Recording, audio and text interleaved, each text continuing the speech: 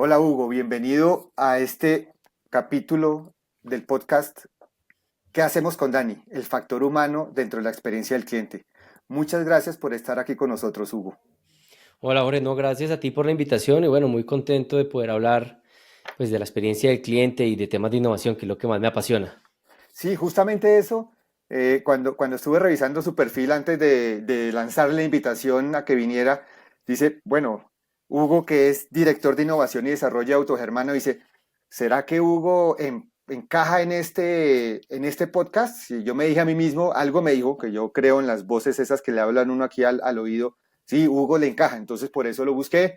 Estaba de vacaciones, que bueno, andaba viajando, pero usted muy gentilmente me contestó y cuando llegó pues nos pusimos de acuerdo y veamos a ver cómo encaja, porque es bien interesante lo que hace Hugo. Cuéntenos brevemente qué hace Hugo en Autogermana en ese cargo de director de innovación y desarrollo. Jorge, pues el cargo de director de innovación y desarrollo, yo a veces me gusta hacer una comparación, veo que tiene un chelo detrás, como un director de orquesta, ¿no? Es el poder coordinar múltiples equipos con perfiles muy diversos, desde analistas de negocio hasta desarrolladores full stack, pasando por una gran cantidad de perfiles que nos permita entender la necesidad y la problemática de nuestros clientes y comenzar a construir soluciones que generen valor para la organización. El área de innovación como tal dentro de Autogermana va a completar 5 años desde que nos invitaron a construir este proyecto desde cero. Literal, no había nada. Era un área unipersonal en ese momento. Hoy en día somos alrededor de 20 personas. Y es cómo comenzamos a generar valor y a construir innovación dentro de una empresa que uno podría asumir que es innovadora porque vende carros y tecnología en la cúspide, digamos, de lo que hoy en día se encuentra en el mercado, ¿no? Usted encuentra un carro que se parquea solo con inteligencia artificial, que tiene motores eléctricos con unas autonomías increíbles, pero eso no necesariamente hace que la empresa sea innovadora. Y usted mira, algo, pero ¿cómo así que la empresa no es innovadora si tiene toda esta tecnología? Lo que pasa es que la tecnología no es la innovación como tal. Lo importante aquí es definir qué es innovación. Y mi definición de innovación es el arte de hacer que las cosas sucedan.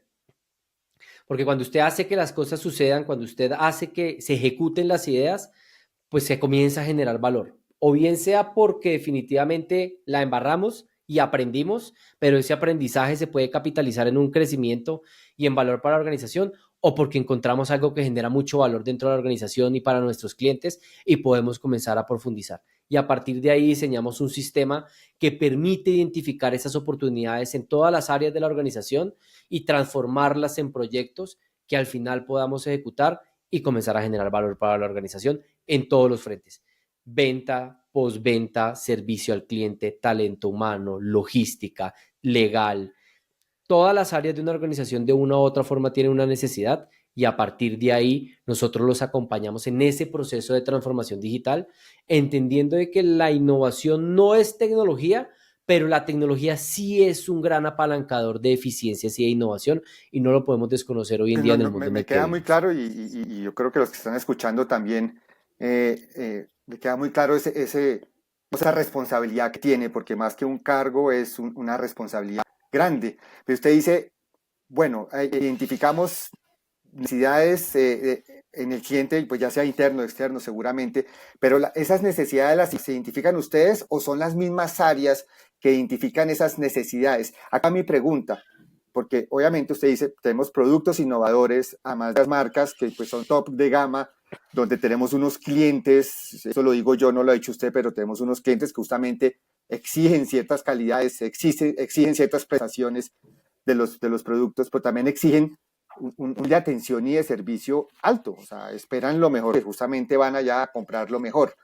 Entonces mi pregunta es, ¿determinan o identifican qué es lo que necesitan y qué tan ligadas están esas necesidades o eso que quieren cambiar, que quieren innovar, que quieren mejorar, ligadas a una empresa que esté centrada en el cliente, ya sea interno o externo como tal? La necesidad siempre nace del cliente. Yo creo que ese dicho, podría decirse cliché de que el cliente tiene la razón, es muy cierto, porque al final es el que está viviendo y está interactuando de primera mano con nuestros productos, con nuestros servicios, con nuestros ecosistemas, y a partir de ahí es el que tiene el dolor Yo creo que la habilidad que hemos logrado adquirir es comenzar a pulir ese momento de diagnóstico, esa empatía con nuestro cliente para que nos cuente sus dolores y a partir de ahí tratar de entregarles un diagnóstico hacia una solución efectiva. Y digo tratar porque muchas veces nos enfrentamos con problemas muy complejos que lo que nos está comunicando el cliente es en realidad la punta del iceberg de todo un proceso estructurado y de todo un sistema que seguramente necesita ser abordado. Entonces, es que el cliente se quejó porque no lo atendieron rápidamente en el conmutador, por poner cualquier ejemplo. Bueno, fácil, pues que alguien conteste más rápido. Sí, pero ¿es el conmutador correcto? ¿Está sobre la capacidad? ¿Necesitamos una mejor capacitación? ¿Está el sistema funcionando a la velocidad que queremos?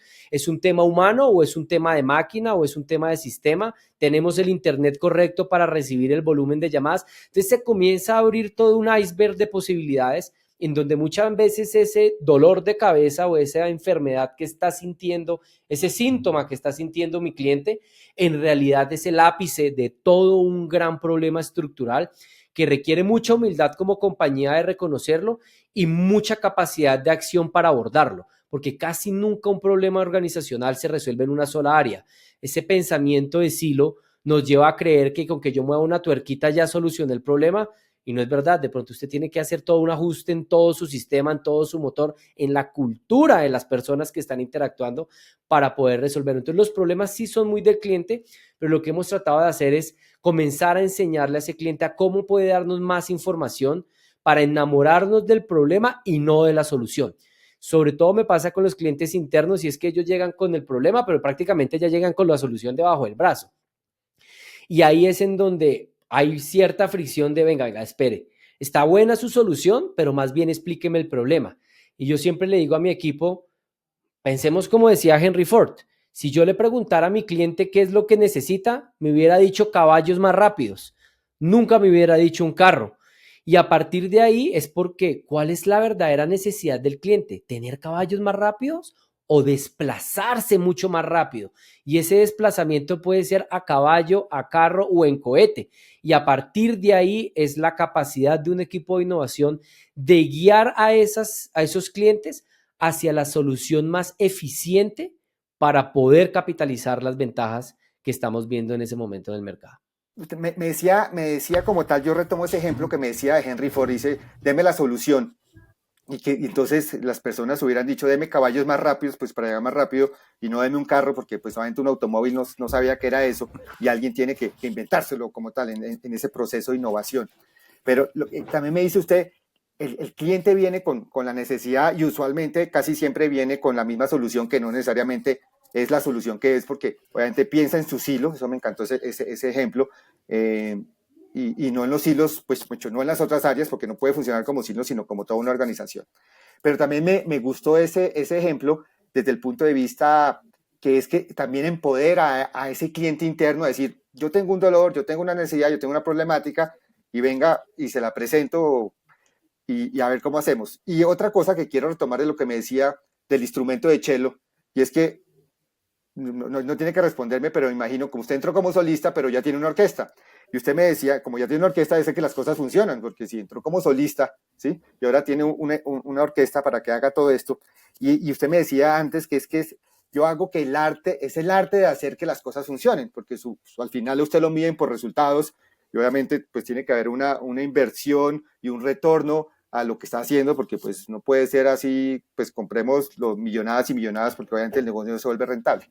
Entonces, yo lanzo aquí esta pregunta y es, se mete mucho el tema de tecnología, ha hablado mucho de tecnología y trabajan mucho en tecnología.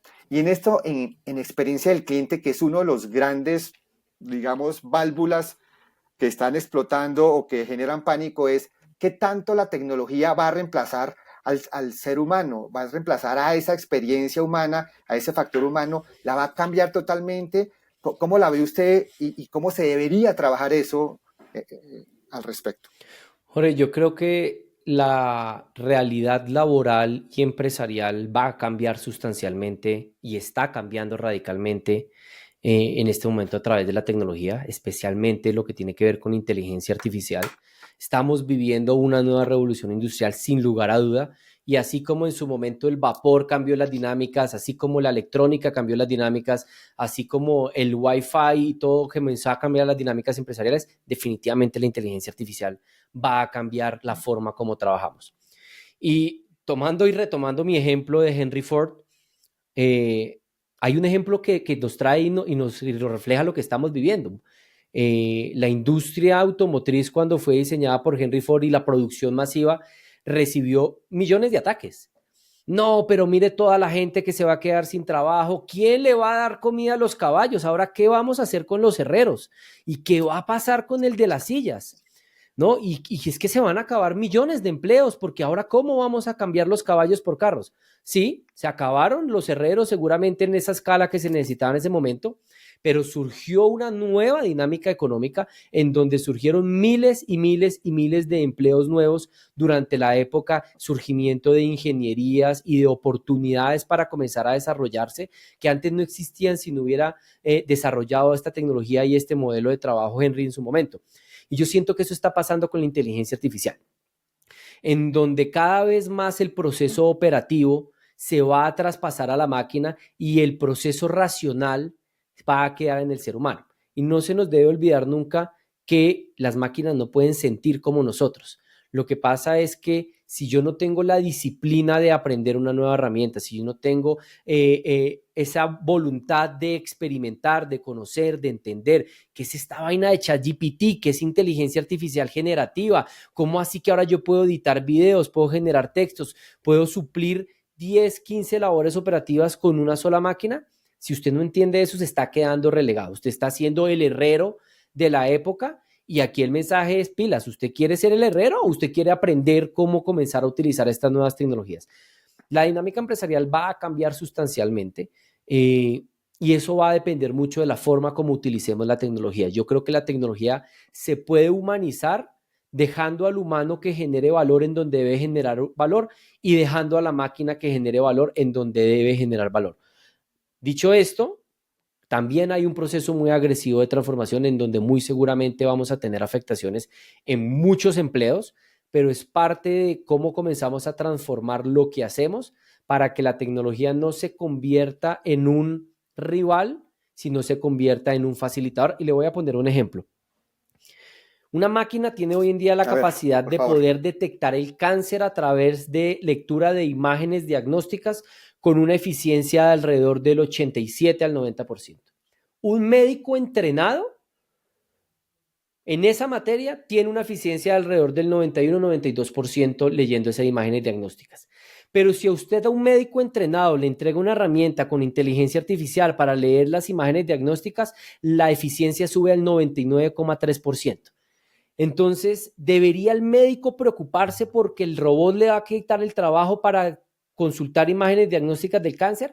¿O debería aprender a utilizar la tecnología para llegar a un 100% de eficiencia y no quedarse en el 90%? Y ahí es en donde está parte del debate hoy en día de cómo vamos a utilizar la tecnología para ser cada vez más eficientes.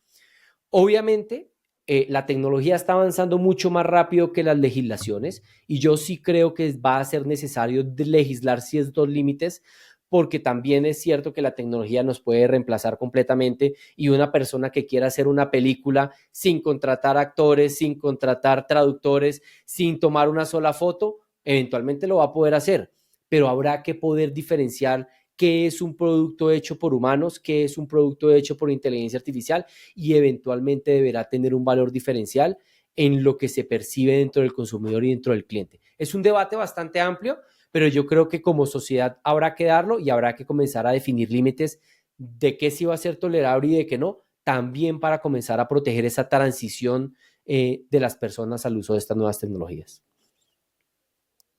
Y eso es lo que usted me decía antes entre bambalinas, justamente el tema de la ética detrás de la tecnología. ¿A eso se refería? Claro, ese es lo que yo me refería de la ética a través de la tecnología, porque al final una tecnología es una herramienta y usted con un martillo puede construir una casa o hacerle daño a una persona. El martillo per se no tiene la facultad de definir qué es lo que usted quiere, es el humano detrás el que define si utiliza la tecnología para el bien o para otras finalidades, y es ahí en donde la ética, la regulación y los controles que podamos construir a través el consenso va a poder facilitar esa adopción de tecnología y que en realidad sea algo que facilite la vida y no por el contrario. Ok, listo. Y entonces, ya para ir terminando el podcast y que ha estado muy interesante, y además me encanta la pasión y el fervor con que nos dice las cosas porque está convencido y es, pues, es para mí lo fundamental, que uno esté, o sea, que esa actitud de convencimiento de lo que está haciendo que le genere pasión. Pero, y estoy de acuerdo con usted, o sea, desde hace rato yo también soy partidario que la tecnología no nos quita puestos, tenemos que, pero justamente tendrnos para eso nuevos puestos. El ejemplo del herrero es perfecto. Usted quiere trabajar, ahora venga, lo entreno para que la línea de producción de los Forte y ahora va a hacer herraduras, usted me va a forjar las llantas, donde va a poner los neumáticos, en fin, tengo su conocimiento y su, como dirían los franceses, su savoir-faire de manejar el metal, ya no lo utilice para manejar, sino para lo que forjar ahora aquí, pues forjar, quiero decir, metales en la nueva vida que tenemos ahorita en la línea de producción, que está tomando este caso, que su hermana no maneja Ford, pero no quiere decir nada, está en el ejemplo, ¿cierto? De acuerdo. El punto es, listo, era al factor humano donde aporte valor, como el ejemplo del médico. ¿Qué hacemos con ese factor humano justamente para ponerlo donde aporte con ese Daniela, que es el responsable al final de la experiencia, el cliente interno, ese cliente externo, pero que podemos hacer con él? Para que realmente no quede relegado y que realmente sea el que al final sea la máquina que detecte el cáncer, sino que es una combinación entre médico y máquina que detecte el cáncer. ¿Qué nos recomienda, Hugo? Yo creo, Jorge, que va muy dado en la forma como comencemos a diseñar nuestros productos y nuestros servicios, entender en cómo la tecnología es un potencializador para los seres humanos y no necesariamente una herramienta para reemplazarlo, pero va a ir muy de la mano en poder comenzar a construir con cada uno de nuestros clientes, si se quiere ver así, cuál va a ser esa solución definitiva que maximice al ser humano y no que por el contrario lo busque minimizar. Pero tiene que haber un consenso social desde mi punto de vista en ese sentido, porque al final en el enfoque que lo llevemos, hacia allá va a ir, digamos, directamente nuestros esfuerzos. Y por eso tratar de mitigar o de eliminar la evolución de la tecnología va a ser imposible, pero sí comenzar a entender que yo tengo que ser parte de la solución, y ser parte de la solución también es capacitarse, Jorge, porque parte, y esto es algo muy cultural, sobre todo del colombiano, y es que no nos gusta aprender, no nos gusta leer, no nos gusta involucrarnos en muchos temas, y ahí es en donde, pucha, yo creo que sí hay que leer, yo creo que sí hay que entender qué se trata la tecnología, yo creo que sí hay que entender esto, cómo facilita mi trabajo, cómo lo puedo implementar en mi día a día, cómo puedo hacer mi trabajo cada vez más eficiente. Es parte de ese conocer y de esa curiosidad que debemos mantener como seres humanos, porque si nosotros no explotamos lo que nos diferencia de las máquinas, pues las máquinas nos van a ganar, pero es que la máquina no es curiosa, pero es que la máquina no es creativa, pero es que la máquina no es emotiva, pero es que la máquina no es sensible a muchos temas de lo que sucede en el día a día. Le cuesta ser empática con otra persona, y ahí es en donde tenemos que comenzar a atacar nuestras fortalezas para poder sobresalir sobre lo que la tecnología hoy en día ofrece y poder comenzar a construir soluciones que tengan una verdadera experiencia del cliente integral, tanto para nuestros clientes internos como para nuestros clientes externos. Hugo, no podría estar más de acuerdo con lo que dice, sobre todo esa frase que tener a las personas donde generen valor. Si las personas no se entrenan y buscan ese espacio donde generan valor, la tecnología sí los va a reemplazar. Todos los ejemplos que nos dio nos dicen eso. Muchas gracias por estar aquí en este podcast de ¿Qué hacemos con Dani? El factor humano, y ya usted nos dio unas muy buenas recomendaciones que hacemos con Dani y Daniela. Hasta la próxima oportunidad.